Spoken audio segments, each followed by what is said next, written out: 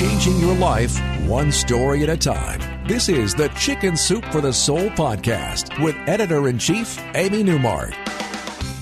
Hey, it's Amy Newmark with your daily dose of Chicken Soup for the Soul inspiration. It's Friend Friday, and that's when I talk to someone in the Chicken Soup for the Soul family. And today I'm going to chat with Lee Woodruff, the forward writer for two of our books. Now, Lee is the co-author of the New York Times bestselling book, In an Instant, which is about her husband Bob's traumatic brain injury that he incurred when he was embedded with the Army in Iraq. I've read the book, and it's fascinating. And Lee has helped educate people about traumatic brain injuries, which are a serious problem not only for our returning service members, but also for millions of other people who are injured each year going through the everyday ups and downs of life. Even a door hitting you in the face can cause a traumatic brain injury.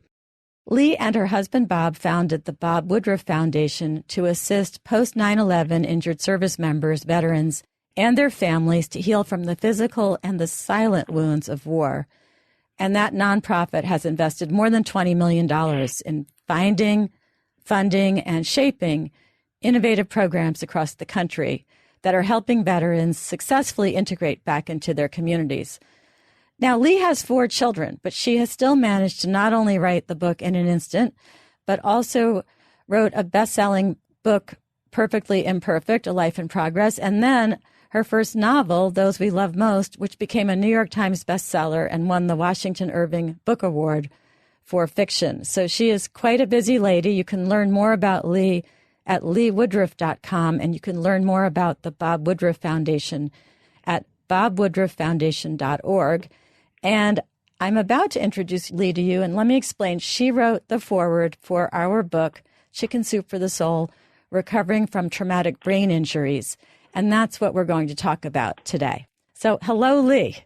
Amy, that was awesome. I should pay you to be my PR person. That was a wonderful introduction. Thank you. Well, it's my pleasure. I only briefly touched on your many achievements. Now, I know you didn't know what a TBI even was before Bob was injured, so tell us how that all came about. Well, Bob was in Iraq reporting for about the 9th time that he'd been there for ABC News, and I literally got a phone call when his convoy was hit by a roadside bomb, and his boss didn't use the words TBI. He just said, your husband's been hit by a bomb, and we believe he's taken shrapnel to the brain. And if you had said he had a TBI, I would have had no idea, but I certainly knew that anything that had to do with the brain could not be good.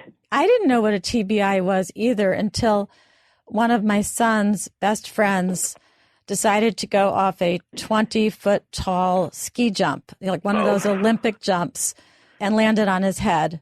No. And that's when I learned about TBIs, and that's when I decided to make our book about recovering from traumatic brain injuries, because I was so traumatized by what happened to my son's friend, who is recovered now. Of course, not the exact same person that he used to be, but in some ways better than the person he used to be. Although, funny thing was, the doctor said to his mother afterwards, he's going to be a little impetuous now. And his mother said, this is the child who took a 20-foot ski jump when he didn't know how. I think he was already impetuous. How much more impetuous, Doc? Yeah. Exactly. I often call it the club that no one wants to be a member of. And it's anything that has to do with the brain and brain-changing things. And I hear that a lot from people. I'm better in certain ways, and certainly Bob would tell you that as well. And I think that's the beauty of the resilience of the human spirit. But I think it's also a testament to how amazingly our brains can heal. And at one point in time, a TBI was a stigma. I mean, people associated it with mental retardation or, is this a person that I would ever hire or work with or befriend? And we've come so far in the field, and there's so many stories, as witnessed in the book, that talk about that triumph and recovering, that it really is an exciting time to be in having anything to do with sort of the neurology field and recovery. Our book, Recovering from Traumatic Brain Injuries, introduced us to a lot of different people. And many of the people who wrote the stories were the actual people with the injuries. Right. And right. One of the things it taught me is that if you're at the store and the person in front of you looks completely normal but is a little slow paying or something, don't be impatient.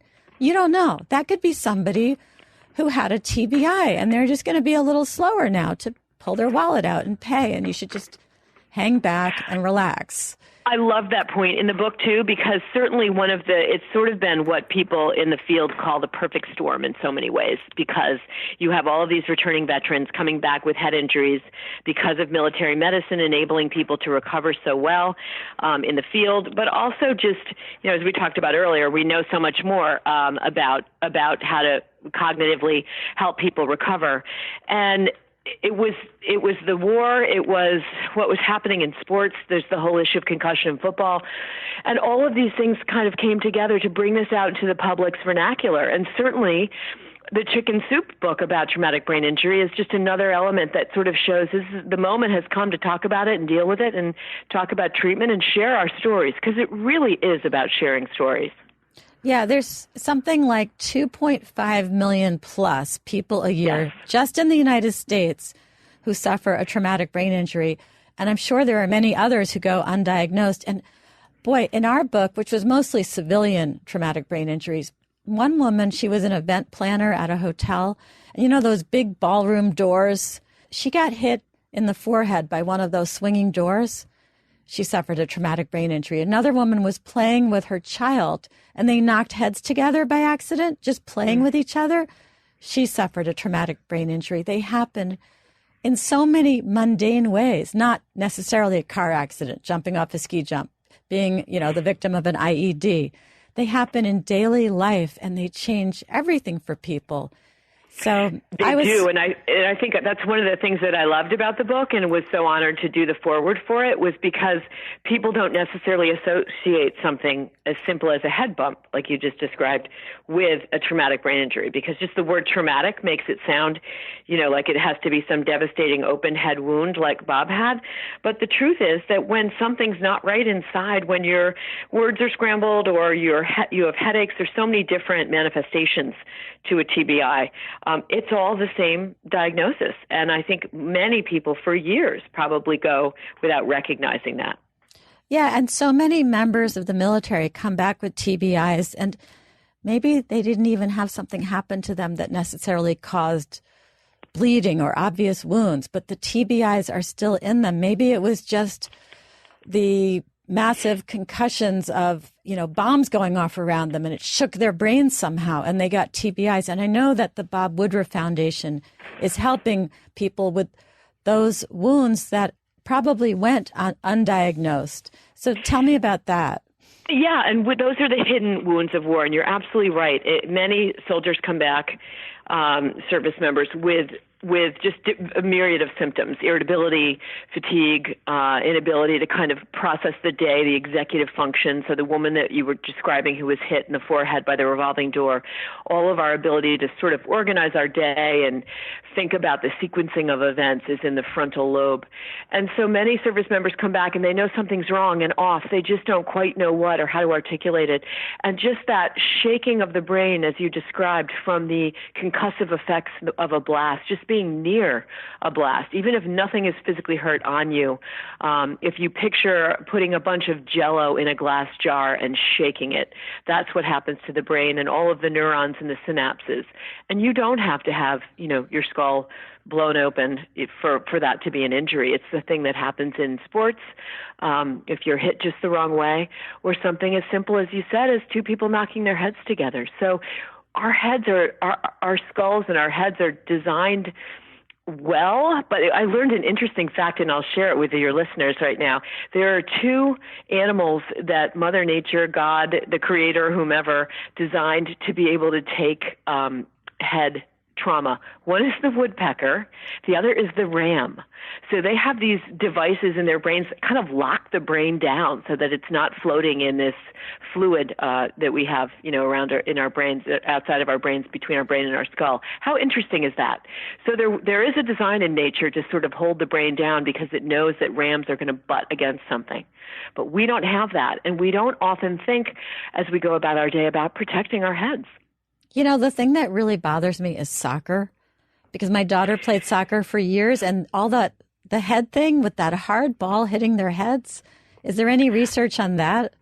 It is. Women's soccer is the number one most the greatest cause of head injury among young women. And I may have that statistic a little bit wrong, so people out there who are statisticians, please don't quote me, but that is, I think, the biggest offense for, at least for female sports, because there's this propensity to head. And one of the interesting things is the neck muscles on a child are not fully developed until about the age of 18.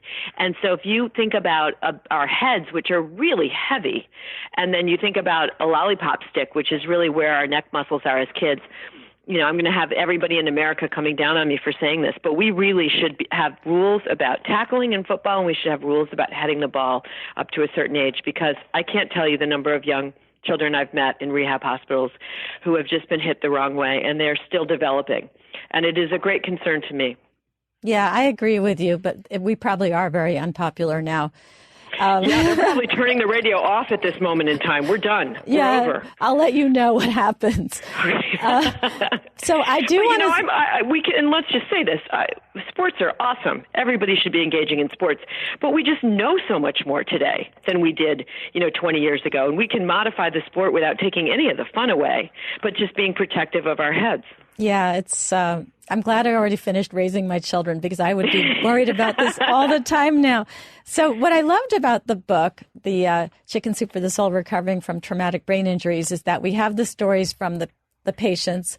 We have the stories from the family members, the caregivers. We have advice from healthcare professionals. And I just learned so much about it. And I think that anybody who has a family member or a loved one who has a TBI should read these stories, because there's so much hope in the book. You learn so much about what is possible and how the recovery will go and how well the person will end up doing at the end of the recovery. One of the things I said to you when you first offered me the opportunity to write the foreword, which I was really honored to do, because every Chicken Soup book, it's such a brand and an icon. And I think no matter where you are in your day or your mood, you pick up any one of these books. It doesn't even have to be a topic that directly relates to you. And everything about the Chicken Soup for the Soul books is about hope. And what I said to you, I remember, was, gosh, I wish I'd had a book like this at the beginning of the journey, because I didn't have any stories. I didn't have anybody who could tell me a happy ending, or even an ending that was, somewhat hopeful. No one can tell you how it's going to end up with a traumatic brain injury. That's just the way a brain injury is. It's so completely individual to the person that has the injury and to what they have going into it in terms of, brain power and ability and all of that. But I just wanted stories, and that's what this book offers. Mm-hmm. And that's why I put it together after my friend said that she would have loved to have that book when her son went over that ski jump and was in the hospital. I also wanted to mention to everybody that we make a donation to the Bob Woodruff Foundation for every copy of Chicken Soup for the Soul, Recovering from Traumatic Brain Injuries that we sell. And we have another book coming up for which Lee wrote the foreword. It's called Chicken Soup for the Soul, The Spirit of America. It's coming out in June, and we're going to be giving royalties from that book to the Bob Woodruff Foundation, also because we love what they do with veterans. It's such an important endeavor that Bob and Lee have undertaken. We're going to close now, but I am going to have Lee come back in June to talk about our Spirit of America book. But for now, I want to thank everybody for listening. I'm Amy Newmark, and I was with Lee Woodruff today. And the next time we get together, I'm going to share a story that will help you feel empowered to stick up for what you believe is right. And if you want to hear more about our Recovering from Traumatic Brain Injuries book or our upcoming book, Chicken Soup for the Soul, The Spirit of America, please go to our website, chickensoup.com. And if you want to hear more about what's going on at Chicken Soup for the Soul, then follow me on Twitter. My Twitter handle is @AmyNewmark. And once again, you can follow Lee Woodruff by going to her website, leewoodruff.com. Thank you so much, Lee, for joining us today. What a pleasure, Amy. Thank you.